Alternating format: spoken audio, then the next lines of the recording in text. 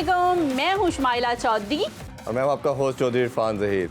और आप देख रहे हैं क्रिकेट एशिया कप की special transmission sports on game उठा दो। और हमारे साथ स्टूडियो में मौजूद हैं इजहार बाजवा और महमूद रियाज। मैच बहुत ही दिलचस्प मोड पे आया हुआ है और बारिश की वजह से थोड़ी देर के लिए डिले आया था, लेकिन अब दोबारा से मैच शुरू हो चुका है। इंडिया ने पहले टॉस जीतकर पहले उन्होंने बॉलिंग का फैसला किया और नेपाल ने पहले बैटिंग करते हुए 6 विकेटों के नुकसान पर 178 स्कोर बनाए। मेरे साथ स्टूडियो में जो मौजूद हैं हमारे मेहमान, उनसे हम जानते हैं कि अब तक का मैच कैसा था। देखें, हम एक्सपेक्ट कर रहे थे कि नेपाल पाकिस्तान के खिलाफ जिस तरह बुरी तरह पुश ओवर हो गए, उसी तरह का शायद परफॉर्मेंस इंडिया के खिलाफ भी देंगे, लेकिन क्रेडिट टू नेपाल, उन्होंने थोड़ा फाइट किया, कम्पीट किया और इतनी इजीली उन्होंने अपने मैच को बिल्कुल ही नॉकआउट नहीं हो गए, अभी तक मैच में मौजूद हैं और बड़ी उन्होंने रेजिस्टेंस दिखाई है, रेजिलियंस दिखाई है। इंडिया ने उसको रेस्ट किया, बुमराह को आज उसकी जगह मोहम्मद शामी को लेके आए, एक इंडिया ने चेंज की। और नेपाल का जो ओपनिंग पार्टनरशिप थी बड़ी अच्छी थी, दोनों बैट्समैन ने लग ही नहीं रहा था कि नेपाल के बैट्समैन और इंडिया बॉलिंग कर रही है। अच्छा स्टार्ट लिया, उसके बाद इंडिया कम बैक किया, विकेट्स ली। लेकिन जो मुझे नेपाल की खूबसूरती नज़र आई है कि नेपाल की इस मैच में ये है कि इवन उनके 6 आउट हो गए हैं, उसके बावजूद जो उनकी 7वीं विकेट की पार्टनरशिप है वो भी 30-40 रन के करीब चली गई और अभी तक वो पिच पे मौजूद हैं। और जिस तरह हमने पहले भी प्री मैच एनालिसिस में डिस्कशन की थी कि नेपाल को ये कोशिश करनी चाहिए कि कम से कम वो 50 ओवर पूरे खेलें और 200-250 तक का टारगेट दें और एक कम्पिटिटिव किस्म का स्कोर दें इंडिया को, ताकि वो इतनी आसानी से इंडिया वो चेज़ ना कर ले। एक्सपेक्टेड नहीं था हमें नेपाल से कि वो इतना अच्छा खेलेंगे, क्योंकि नई टीम है और इतनी बड़ी टीम के साथ खेल रही है, तो हमें ये भी एक्सपेक्टेड नहीं था। जिस तरह की बॉलिंग उनको फेस करनी पड़ी, बड़ी ईजी रही। तो इसमें जो नेपाल के जितने भी बैट्समैन आज हमने देखे हैं, उनमें ऐसा नहीं लग रहा था कि कोई भी बैट्समैन बहुत ही बिगिनर हो या एमेच्योर हो। उन शॉट्स खेल रहे थे, टेक्निक उनकी ठीक थी और मुझे लगता है कि जिस तरह की इन्होंने आज परफॉर्मेंस दी, अगर इसको हम एज एविडेंस कंसिडर करें तो अगर इनको कंसिस्टेंटली इंटरनेशनल अरेना में ज़्यादा मैचेस खेलेंगे तो मज़ीद इनकी गेम में इंप्रूवमेंट आएगी। बिल्कुल महमूद साहब, आपसे भी जानना चाहेंगे, जब भारत ने टॉस जीता तो रोहित शर्मा का बड़ा क्लियर एक मैसेज था कि हमारी बैटिंग प्रैक्टिस तो समहाउ हो चुकी है, बट बॉलर हमारे एक्सपोज नहीं हुए, तो हम कोशिश करेंगे आज उनको मैक्सिमम एक्सपीरियंस दें और वो देखते हैं वो किस तरह की परफॉर्मेंस देते हैं। तो ओबियसली उनकी भी प्रैक्टिस चाह रहे थे। जिस तरह हमने कहा बुमराह नहीं थे, वो अपनी फैमिली रीज़न की वजह से इंडिया गए हैं और मोस्ट लाइकली सुपर 4 के मैचेस में ज्वाइन कर लेंगे। मोहम्मद शामी थे। पहले बॉलिंग परफॉर्मेंस की बात कर लेते हैं, उसमें हमने देखा कि जडेजा ने 3 आउट किए, मोहम्मद शामी ने भी बड़ी ज़बरदस्त बॉलिंग की, उन्होंने भी अच्छी बॉल की पर विकेट लेस रहे, बट सिराज ने 2 खिलाड़ी आउट किए। कैसे देखते हैं परफॉर्मेंस को? देखिए, वो जो रोहित शर्मा का जो था वो बिल्कुल सही था कि उन्होंने पाकिस्तान के अगेंस्ट अपनी बैटिंग लाइन को टेस्ट किया। वो रिस्क नहीं लेना चाहते थे, उनको यह था कि ज़्यादा से ज़्यादा टोटल करें। आज उन्होंने क्लियर कहा कि वरना अगर आज भी बैटिंग करते तो फिर 2 मैचेस खेलने के बाद जो फील्डिंग साइड जो बॉलर्स होते हैं, जब वो सिर्फ ड्रेसिंग रूम शेयर्स कर रहे होते हैं ना, तो उनके लेवल के अंदर फ़र्क आता है, उनके एतमाद में कमी आती है। तो आपको दोनों चीज़ों को टेस्ट करना ज़रूरी होता है। और नेपाल की टीम बिल्कुल आइडियल थी, लेकिन अनएक्सपेक्टेडली देखें कि 60 रन की पार्टनरशिप हुई और कोई विकेट नहीं गिरी और 10-12 ओवर्स में, इसका मतलब वो 4-5 रन की एवरेज से भी खेलते रहे। अच्छा, दूसरी बात अगर हम करें कि इमर्जिंग साइड जितनी होती वो शुरू में ऐसी ही होती हैं। श्रीलंका जब आई थी बिल्कुल सेम पैटर्न पे थी, बांग्लादेश जब आई थी बिल्कुल सेम पैटर्न पे थी। जैसे रमीज भाई ने कहा था पहले कि हम इसे क्लब साइड ना लें, तो बिल्कुल यही बात है कि हम इसे क्लब साइड नहीं लेते। आप देखें, एशिया के अंदर आपका हांगकांग की टीम नहीं है, उसके बाद ओमान की टीम नहीं है, यूएई की टीम नहीं है। यूएई की टीम बहुत अच्छी है, जबकि ओमान करके ये आए हैं, सबको कर आए हैं। तो उनके इंफ्रास्ट्रक्चर है, उनकी कोचिंग है, वो आहिस्ता आहिस्ता लगे रहेंगे। और उनको जो 2 मैचेस मिले हैं, जो पाकिस्तान के साथ मिला है या वो दीगर जिस तरीके से मिला है, वो उनके लिए बहुत बड़े मैचेस हैं। यहाँ से उनको और इंडियन बॉलिंग अटैक के सामने इतनी देर सर्वाइव करना, फिर दोबारा बारिश के बाद टेम्परामेंट उन्होंने वहीं से लिया है कि दोबारा उनकी जो है वो पार्टनरशिप बन रही है। तो ये एक नया साइन है। यकीनन आज तो वो सिर्फ एक्सपीरियंस गेन कर रहे हैं, लेकिन आने वाले सालों में वो बिल्कुल इसी तरीके से होंगे जैसे श्रीलंका है। वो अपनी कितनी एफर्ट डालते हैं, अपने खिलाड़ियों को कितना मौका देते हैं, स्ट्रक्चर जो यहाँ से लोग खेल के जाएंगे डेफिनेटली। मैं थोड़ा ओपनर के वाले से जानना चाहूँगा। कुशाल और आसिफ की बड़ी खूबसूरत पार्टनरशिप रही और जिस तरह हमने देखा कि 60+ की है और स्ट्राइक रेट भी बड़ा ज़बरदस्त था, 38 और 58 रिस्पेक्टिवली बनाए, तो उनके इनिंग्स के वाले से कैसे देखते हैं? देखिए, बहुत उनका जो यहाँ से आप देखें, पांड्या उनका जो है, ये और सिराज ने जो अच्छी बॉलिंग की और ये one of the best bowling attack है। मतलब आप इनको अगर कंपैरिजन ना करें, शाहिन शाह, अफरीदी, नसीम शाह, ये तो एक्सेप्शनल है ना बहुत ज़्यादा। लेकिन इंडिया का भी जो बॉलिंग अटैक है, जो स्पिनर्स हैं, आप उसको अंडररेट नहीं कर सकते। जी। तो उनके अगेंस्ट 60 रन तक खड़े रहना, कोई विकेट ना देना, फिर उसके बाद निकले, फिर दोबारा गए और आप उन्होंने रन्स भी अच्छे किए, तो उनका टेम्परामेंट है। और दूसरी बात ये कि अगर हम दूसरी टीमों को देखें, जैसे हमने यूएई में देखा, ओमान में देखा, हांगकांग में देखा, वो सारे उनके अंदर सेटलर्स खेल रहे हैं, जो पाकिस्तान से ओमान की टीम में बहुत गए हुए हैं। यूएई में इनिशियल अतर लईक वगैरह और बहुत सारे लोग गए थे, लेकिन जो नेपालीज हैं वो सब वहाँ के ही लोग हैं। वहाँ उन्होंने ज़ाहिर नेपाल कोई ऐसी जगह है नहीं कि आपको कोई वहाँ पे बहुत ज़्यादा अट्रैक्शन होगी कि पाकिस्तान, इंडिया या कहीं से भी छोड़कर वहाँ जाएगा। तो वो सब वो जैसे प्री मैच में बात कर रहे थे, काफी इंडिया शिफ्ट हो चुके हैं नेपाली, तो उस लिहाज से उनका काफी इंटरेस्ट है। इजहार, मैं आपसे यही जानना चाहूँगा, अब फोकस क्या होना चाहिए नेपाल का?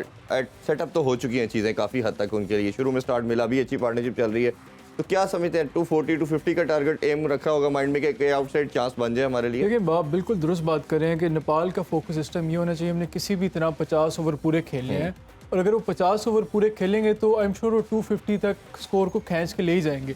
और इस तरह के प्रेशर मैच में हमें इस बात को भी मद्देनजर रखना होगा कि इंडिया के लिए मस्ट विन मैच है जी। और अगर कोई शुरू में 1-2 विकेट गिर जाए, जिस तरह लास्ट मैच में भी नेपाल ने स्टार्ट बहुत अच्छा लिया था, पाकिस्तान के 2 विकेट बहुत जल्दी ले ली थी और इवन 4 विकेट्स भी 100 के करीब ले ली थी। तो इस तरह की प्रेशर सिचुएशन, और आपके ऊपर ये भी प्रेशर है कि आप मिनोस के खिलाफ खेल रहे हो और आपके एक्सपेक्टेड हो कि आप इनको बहुत इजीली हरा दोगे और एक मुश्किल सिचुएशन में आओगे, तो उसका एक अपना प्रेशर हो सकता है। तो हमें तवक्को रखनी चाहिए कि एक तो नेपाल पूरे ओवर खेलेंगे, उसके अलावा अगर बारिश वगैरह हो उससे कंडीशंस और ख़राब हो सकते हैं बैट्समैन के लिए, और देखते हैं, बड़ा इंटरेस्टिंग। लेकिन ये बात है कि ये मैच इतना वन साइडेड नहीं होगा और ये काफ़ी हद तक आगे तक जाएगा। चलिए, एटलीस्ट मैच देखने को तो मिलेगा। अच्छा, एक और चीज़ आज की डेवलपमेंट ये है, जिस तरह हमने देखा कि इंडियन जो प्रेसिडेंट हैं बीसीसीआई के, रॉजर बिनी और रिजव शक्ला वाइस प्रेसिडेंट, दोनों तशरीफ लेके आ चुके हैं।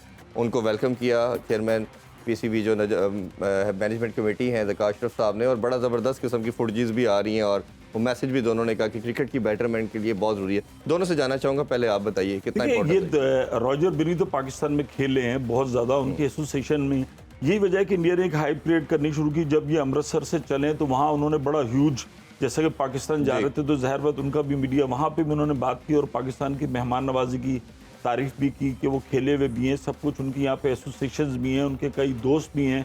तो पहले तो कह रहे थे नहीं आ रहे। अगर हम दूसरी तरफ बात करें तो जे शाह ने तो मना किया था, ये भी खबरें चल रही थी, नहीं वो नहीं आए।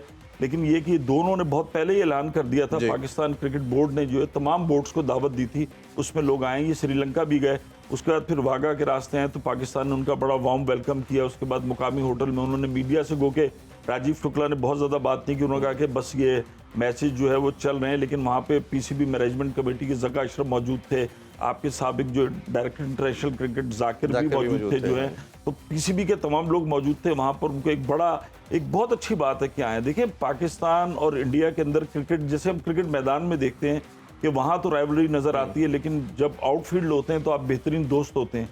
तो अब दूसरी तरफ अगर हम बात करते हैं कि वेन्यूज़ के हवाले से, तो अब इंडिया भी परेशान है। आप उनके देखें मैचेस नहीं हुए, ब्रॉडकास्टर्स का प्रेशर होता है और इंडिया एक जिसे कहना चाहिए कि बिला वजह। मैं आपसे दोबारा स्टेक लेता हूँ इजहार, आप इसमें कुछ ऐड करना चाहें कि ये 2006 के बाद राजीव शुक्ला आए हैं और रॉजर बिनी ने भी विजिट किया, तो ये आइस मेल्ट होती हुई नजर आ रही है और ये कितना बेनिफिशियल है दोनों कंट्रीज के लिए। बट दूसरा पर्सपेक्टिव ये भी लोग कह रहे हैं कि शायद ये सेफ गेम खेलने आए हैं क्योंकि पाकिस्तान ने भारत जाना है और वर्ल्ड कप के लिए, बट हमें पॉजिटिव रहना चाहिए, पॉजिटिव बात करनी चाहिए। आप जो बड़ी इंटरेस्टिंग डेवलपमेंट यही हुई है कि जब से बारिशें की प्रेडिक्शन भी ज़्यादा और कुछ मैचेस बारिशों की वजह से भी वॉश आउट हो गए, तो आजकल के दौर में एंटरटेनमेंट इंडस्ट्री में जो स्पॉन्सर्स का रोल है या ब्रॉडकास्टर्स का रोल है बहुत ज़्यादा हो गया है। वो इस बात पे काफ़ी ज़्यादा जोर दे रहे हैं कि अगर बाकी मैचेस भी इसी तरह वॉश आउट हो जाते हैं तो जितना पाकिस्तान इंडिया का मैच है, जितनी आई बॉल्स उस मैच की तरफ होती हैं या जितना रेवेन्यू उस मैच से जनरेट होते हैं, तो वो दोबारा अगर वॉश आउट हो जाएगा तो इससे काफ़ी ज़्यादा इकोनॉमिक पॉइंट ऑफ व्यू से ACC का भी नुकसान होगा, PCB का भी नुकसान होगा और BCCI के जितने भी बोर्ड्स इन्वॉल्व हैं।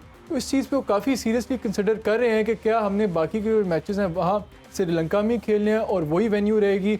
इस बारे में भी तो शायद मेरे ख्याल में इसके पेश नज़र भी ये मीटिंग बहुत ज़्यादा इंपॉर्टेंट है जो BCCI के रिप्रेजेंटेटिव पाकिस्तान आए हैं। तो हम उम्मीद कर सकते हैं कि इसका कोई पॉजिटिव आउटकम निकलेगा और ऐसा आउटकम निकलेगा which is good for both the countries as cricket of both the countries as well. अच्छा, उसमें एक और हमने 2 ओपिनियन आ रहे हैं। एक तो ये है कि वेन्यू चेंज करके हमर टूटा की बात की जा रही है, पाकिस्तान अफगानिस्तान के अगेंस्ट 2 मैचेस खेला था, तो उधर कहते हैं ड्राई वेदर है, लेकिन वो सिटी से काफ़ी दूर है और लॉजिस्टिक के इश्यूज़ आ रहे हैं।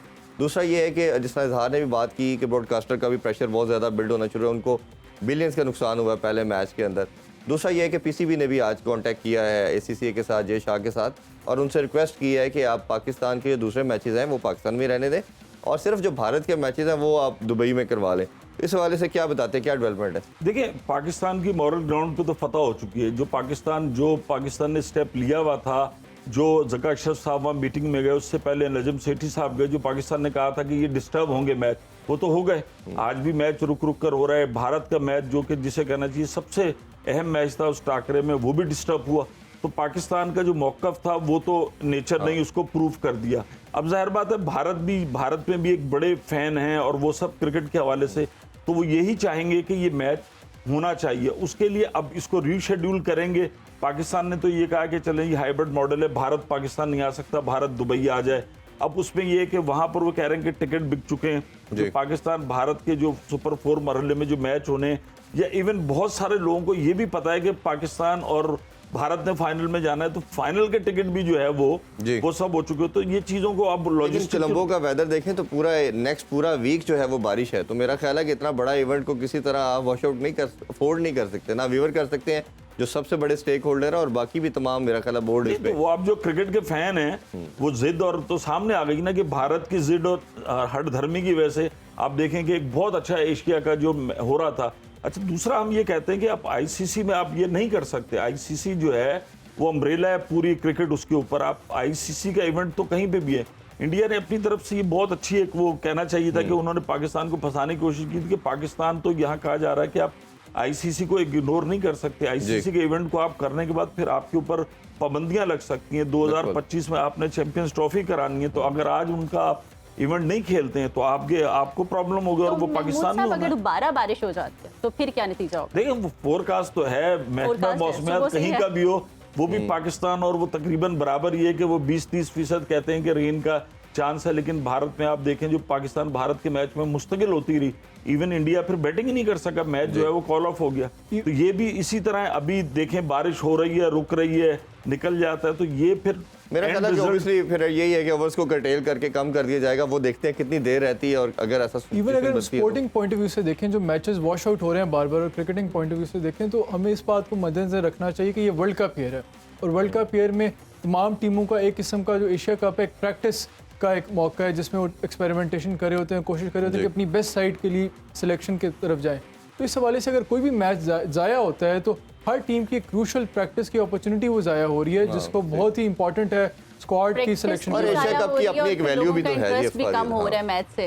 अभी मेरा ख्याल है इजाजत देते हैं, टाइम खत्म हो जाता है, फिर हमारा जो है प्रोग्राम का बड़ा कम होता है, वो खत्म हो रहा है। रात को 11 बजे जो है वो पोस्ट फ्लाइट की जो हमारी ट्रांसमिशन है उसको देखना मत भूलिएगा, वो फन से भरपूर और रमीज राजा के साथ। हमें इजाजत दीजिए, अल्लाह हाफिज।